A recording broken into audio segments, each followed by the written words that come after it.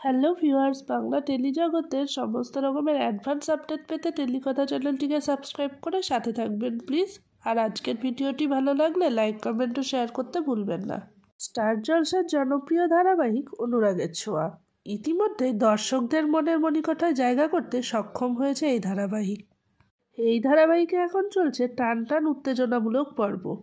সূর্য, দীপা ও মিশকার ত্রিকোণ প্রেম এবং সম্পর্কের টানাপোড়েন নিয়ে তৈরি সিরিয়ালের গল্প। প্রতি এপিসোডেই ধারাবাহিকের গল্পে থাকে নতুন নতুন টুইস্ট। এই মুহূর্তে ধারাবাহিকের গল্প মোড় নিয়েছে অন্য খাতে। সূর্যর সঙ্গে ডিভোর্স হয়ে যাবে দীপার, আর তাদের সন্তানদের কাস্টাডি কে নেবে এই নিয়ে চলছে কোর্ট কেস। তাই কাস্টাডি পেতে হলে দীপাকে যেভাবেই হোক শীঘ্রই একটা কাজের ব্যবস্থা করতেই হবে। কিন্তু ইতিপূর্বেই আমরা দেখেছি অর্জুনের থেকে পাওয়া কাজের অফার নেয় না দীপা। তাই জয়ের হাতে একটি নাচের স্কুলের টিচারের কাজের অফার পাঠায় অর্জুন। প্রতিষ্ঠানের নাম দীপান্বিতা ইনস্টিটিউশন। যদিও নাম দেখে অবাক হয় দীপা, তার নামে নাচের স্কুল। তখনই সোনারূপা জিজ্ঞেস করে, মা কাস্টাডি কি? দীপা বলে, আমার আর তোমার বাবার ঝগড়া হচ্ছে, তাই আমরা আর একসঙ্গে থাকতে পারবো না। তোমাদেরকে যে কোনো একজনের সঙ্গেই থাকতে হবে, যার সঙ্গেই থাকো না কেন তোমরা যত্নেই থাকবে।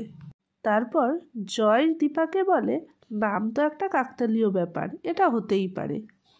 দীপা ইন্টারভিউ দিতে যায় এবং তাকে সিলেক্টও করা হয়। অপরদিকে মিশকা গিয়ে হাজির হয় অর্জুনের বাড়িতে। হাসপাতাল থেকেই অর্জুনের ঠিকানা জোগাড় করেছে সে। তার বাড়িতে গিয়ে বলে ছেলের শরীর খারাপ, তাই উপায় না পেয়ে তার কাছে এসেছে।